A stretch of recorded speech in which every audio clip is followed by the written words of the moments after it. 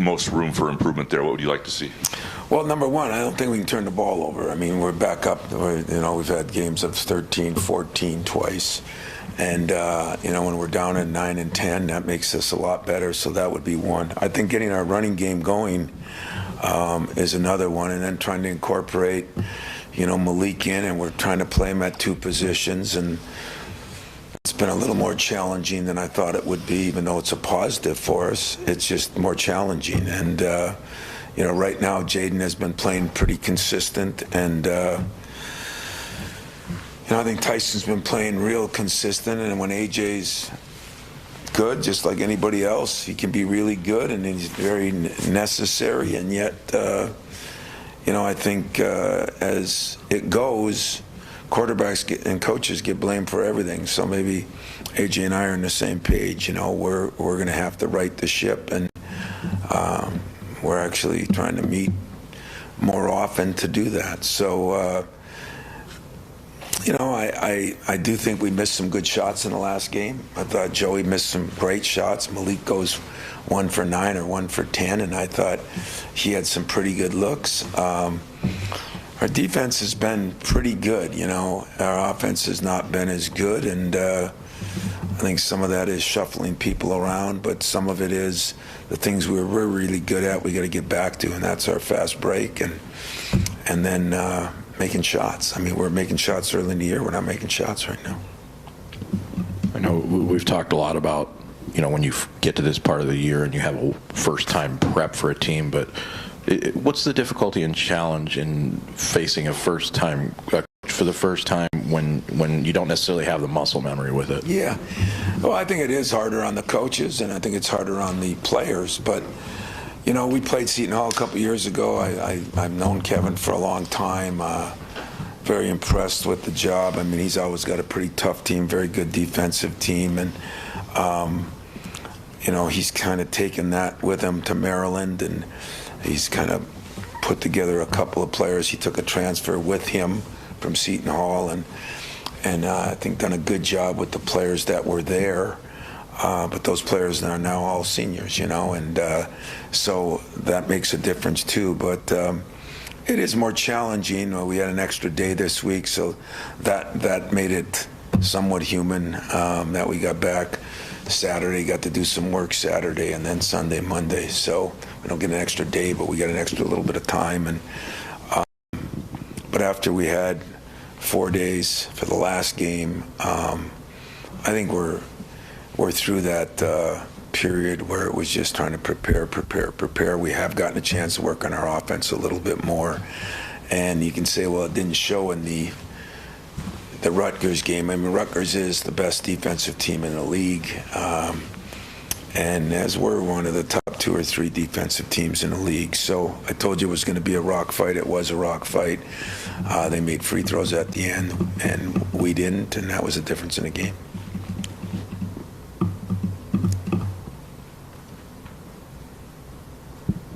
Tom, I want to go back to something you said a couple minutes ago about Malik and how it's been maybe a little tougher for him playing 2 different positions. What exactly has been tough about that? Well, he was playing the 3 the whole year, and now because Joey's played so many minutes, and also since I'm trying to bring Malik back in somewhat, or it isn't all on him to run in that. He's playing the 4, he's playing the 3. You got out of bounds plays that have changed since there's just a lot of things that have been different, and what's tough is anytime you play 2 positions, it's tough. I think he's smart enough to do that, but it's not an easy task, especially when one's kind of inside and one's kind of outside. But he's going to get better at it. I'm not worried about that. What I am worried about is, as I told you, I think his conditioning will come back, and I think he is in good enough shape now, just like Jaden was. And you've seen the last 3 weeks, Jaden has really been good. Now it's the skill things that got to come back, and Malik had a few more turnovers than normal for him. And I think part of that is because you think you can zig and you can't zig, and all the things that just takes a little time. So when I say difficult, I don't mean it in a bad way. I just mean it in a factual way.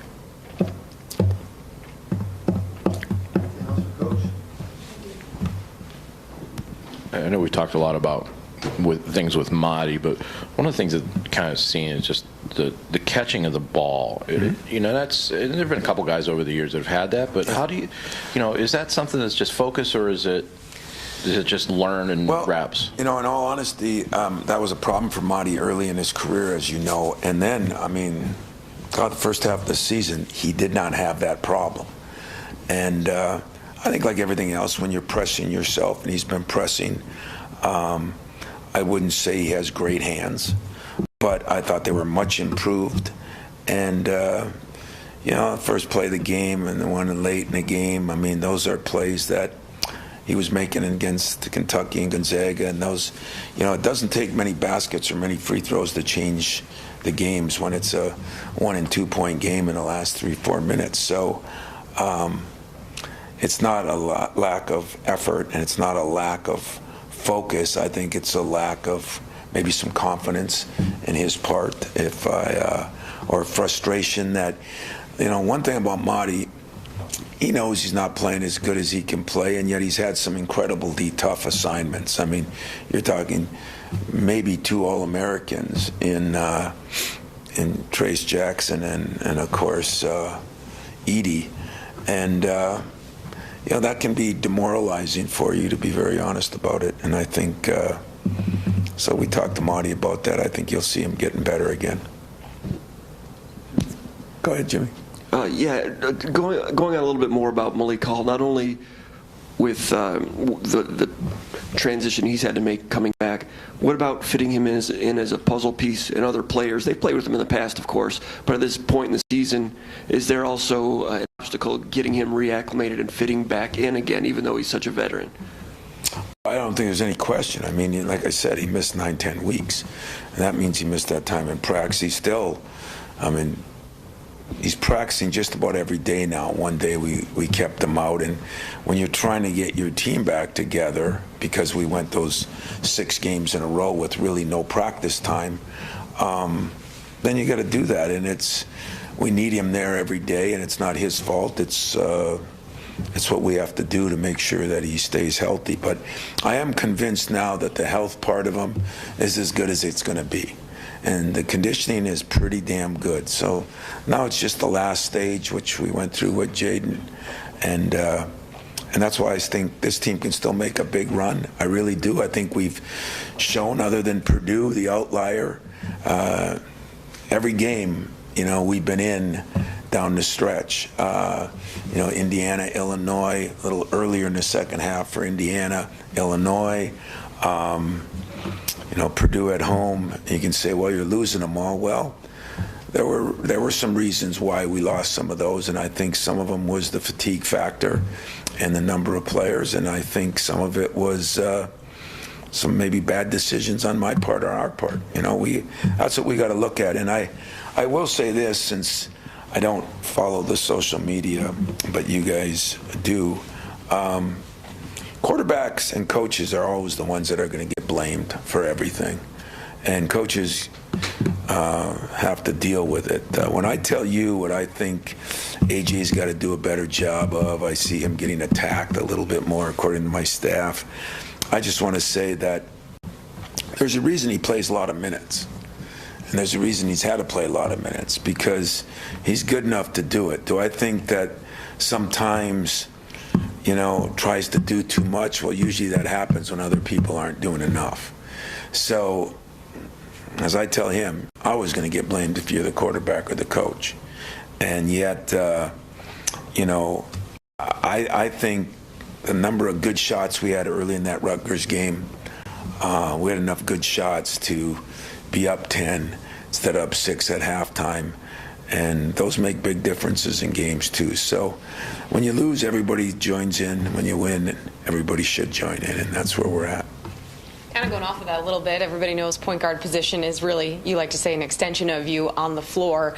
But when you meet with AJ, this is nothing new that you've been meeting with him. But, what did he take away from the Rutgers game specifically, maybe from a turnover standpoint, or just maybe trying to slow the game down a little bit? Well, in all honesty, I'm trying to speed the game up a little bit. That's one of the things that I think he was really good at early in the year, and that as we wore down and Tried to run, and we got pressed some in that game, and so we didn't get to run like we would. But in the half court, I think just maybe knowing where people are, and that's where, like, him and Tyson have a feel. Now him and AJ are getting a feel. Him and Joey have a feel, and that's where I say, then you bring in Malik, and we're trying to play Malik at a different position. Sometimes we're trying to play Joey if we want to go small ball a little bit. They're all things you got to work on. But AJ has improved his free throw shooting enormously. That's really helped us. But I think sometimes thinks he needs to do more than he really needs to do. He needs to run our team. He needs to get our break going. He needs to be just a stalwart defensive player. And on that pick and roll, he's been pretty effective at times. We start out the game, we have a lob, and maybe he threw it a little low. Maybe, like you say, Marty doesn't catch the ball. Those are dunks, and dunks create excitement, number one. They give you 2 more points when the game's in the 50s, which, as much as I complain about it, you look around the league again, or you look around the country, and there's points have been down. I saw Kansas go to a 46-43 game. We played them. They were an unbelievable offensive team, too. And so these little things that happen within, and I think that frustrates AJ sometimes, too. But make no mistake about it, he's improved a lot. I'm always on my point guards to be better, because those are the guys that do lead your team. And I think the leadership thing, sometimes you put pressure on somebody to do that really can't do it. And so we're working through all that, but this team has still been good enough to play with anybody in this league, including Purdue, even though I think they're head and shoulders better than everybody else. And we just got to regain that here down the stretch. Along, kind of with AJ, but more in a whole, the ball movement in particular with the assists, and it's not just AJ, obviously. The other guys are good passers, but you've seen it at a high level, and it's kind of dipped a little bit. I mean, how do you kind of get that going? Is that straight AJ? No, that's not straight AJ. That's everybody. I mean, the ball movement is something that I've been very disappointed about and talked about it. And, it's trusting each other, but, you bring Jaden back in, too. You didn't get the practice with the guys you got. So that's when you have those kind of problems. And there's not a lot of continuity to it. But now's the time we get more practice again. Now's the time that we've got to do that. I mean, we can do it because it has been there before. Our break has been there before. Our defense has been pretty solid. If you told me going in that game we'd out-rebound them by 10, I say we win, because that was a big problem. I didn't think we'd turn the ball over like we did.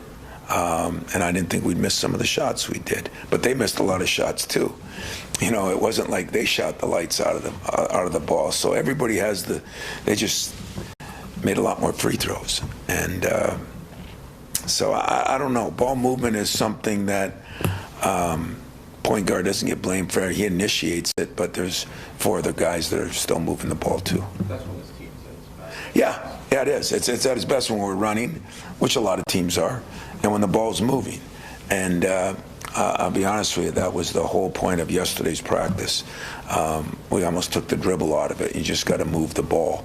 And but you run into some teams too, like a Purdue or like a Illinois, that shacks everything, just puts their big guy underneath the basket. And then what you do is you go into more ball screen stuff because of that, because those are open areas, but that doesn't always make your ball movement better. Right. You're at 23 games now. I don't know where you are with your team. If you're disappointed, perplexed, getting everything you can out of them, but you got 8 games left. What would you like to see down this stretch run that you haven't seen? Yeah. Well, I keep looking at it like I knew, like I said, this would be a rock fight that we just went to, and we did compete. So I'm cool with that. I thought we had 2 games at home we could have, should have won. So would I be 2 games off? The Notre Dame one, I don't include that game. I shouldn't even include Northwestern because that was on that treacherous 2 trips to California excuse, reality, whatever you want to call it. So, do I wish we were better? I think in this league right now, we're not right where I want it to be, but we're not like a team that is 9-14. And then the schedule, makes a difference too. It's not only when you play somebody, but who you play in a row. Sometimes you get some home games, sometimes you get some road games in a row. Sometimes you got the toughest games on the road. I mean, we played Purdue twice in a 3-week period, or 2.5-week period, and that makes things look differently too. And so I'm not. I'm frustrated with the fact that I don't like when nobody likes turnovers, and that has reared its ugly head a little bit again with us. But part of the reason for turnovers that I think we, is we're trying to incorporate new people back in, and so when AJ penetrates, maybe he doesn't have the same feel where somebody is. It's like when they talk about quarterbacks and receivers. So as you change things up, I mean, it's been an interesting year for that. Not very many times have we had 2 major players injured for more than 10 weeks. And when you do that, and then they come back, sometimes they're injured for the whole year, you learn to play that way. I think that's hurt us a little bit too, but I don't think we're way off from where we'd be. I mean, I don't think anybody thought we were going to go undefeated or that we were picked to win the league or even in the top 4, to be honest with you. But I did think, and I still do think, we got a good team. We've been pretty connected. We've been very good defensively most of the year. That has taken a little hit in a couple games too. But for the most part, pretty connected defensively. We've rebounded better than I thought, and yet nowhere near where Michigan State usually is. But I think we're second or third in the league, I think. And nobody's going to catch Purdue on that as far as the rebounding. It's been our offensive woes, and some guys just haven't shot the ball as well. And if they start shooting the ball well again and we get a running game going, I think we can put a string of games together. I really do. Tom, I'm wondering. I don't know how far back you guys scouts go, obviously, but I'm just wondering what you've noticed from Maryland this last couple of weeks versus maybe who they were in November, December. I don't know if you got a there's no question. I mean, they're on a hot streak right now, but some of it is who they played, some of it the number of home games. They've only won one road game in the Big Ten at Minnesota that was more depleted than any team in the league. But I think that he's done a great job, and what starts to happen is that group now that has played together, getting Jameer Young in there, and he's more comfortable. The other guys have been around for the most part, and Scott and Hart have been very good players for a long time, and so is their center. So they're like any team that, new coach, new guys, they're getting better as they go right now, and yet I think schedule has something to do with that. They played some difficult games early, and maybe we're on the road a little bit more early. Now they've had some home games, and now they come out and win a road game. So that's a combination of things. But they're definitely a better team now than they were a month and a half ago, for sure. Now that we're deep into this season, you've got, I think, 3 guys averaging over 30. Jaden's now, since January, been around that number. How do you like it as a coach? I mean, how do you... What was the first part, though? You have 3 guys that what? Averaging over 30 minutes a game. Yeah. And it's different than what you've normally done. I had no choice, guys. I mean, I had no choice. I mean, you see a body back and you think, people see a body back. I'm not accusing you. And you think, you don't know that in practice I have to keep a guy out, I have to do this, I have to do that. I don't want to play Joey Hauser 32 minutes a game. Probably the one guy that can play in the 30s is Tyson Walker. I think Malik could have back in the day, but that isn't going to happen now. So, 8-man rotations, if you look at, everybody talks about you need more depth. You do need more depth injuries. But there's very few teams playing more than 8 guys, 7 guys. I mean, that's what they're playing. Most teams, that's what they're playing right now. So that's not really a problem. What's the problem is whether those guys are healthy and ready to go, and then what happened to the guys that you had to play 36 minutes a game for that stretch when the 2 guys were out. That might have some effect on some guys too, but we're not, answering Fred's question. If anybody thought we were going to be a lot different than we are, I was happy the way we competed out there. I think we could have won that game. I really do. I think they're a team that's really a good team too. So no, I don't feel like we're a lost cause or something. I think we're a good team that needs to play good and can have these little stretches in these games. At Indiana, we're 5 up. At Illinois, we're 9 up. And then you have these stretches, and maybe some of that was fatigue back then. And now we got to get it together. I mean, this last one, there was a couple of turnovers and free throw. I mean, Joey Hauser was shooting 89% going in there. He makes the 2 free throws, we're up 3. Marty makes them, we're up 5. Big difference, and then you can do different things offensive. I mean, so we missed the free throw, they come down, and McConnell, who was 2 for 16 from the 3, hits a 3. I mean, that's basketball. That's the difference in basketball, maybe even football, Those 3 points or the free throws or fouls, penalties can make a difference, but usually guys play the same. They're in the game. Fouls sometimes don't, so. But don't think that we're desolate, down and out, because we're not. What's that?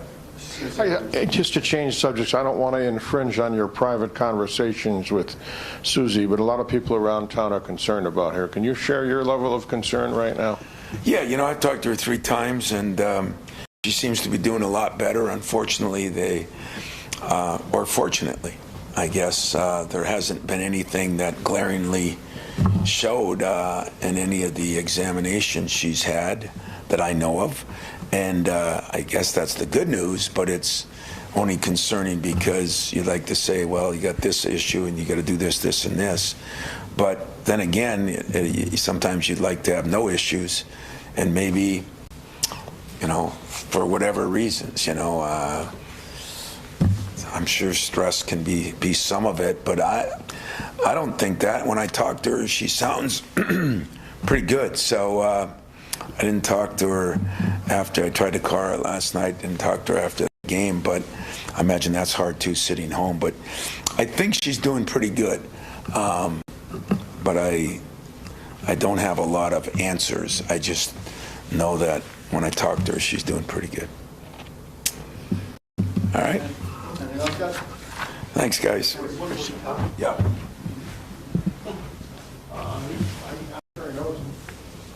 I know you know him. Did you know that Dean Howe passed away?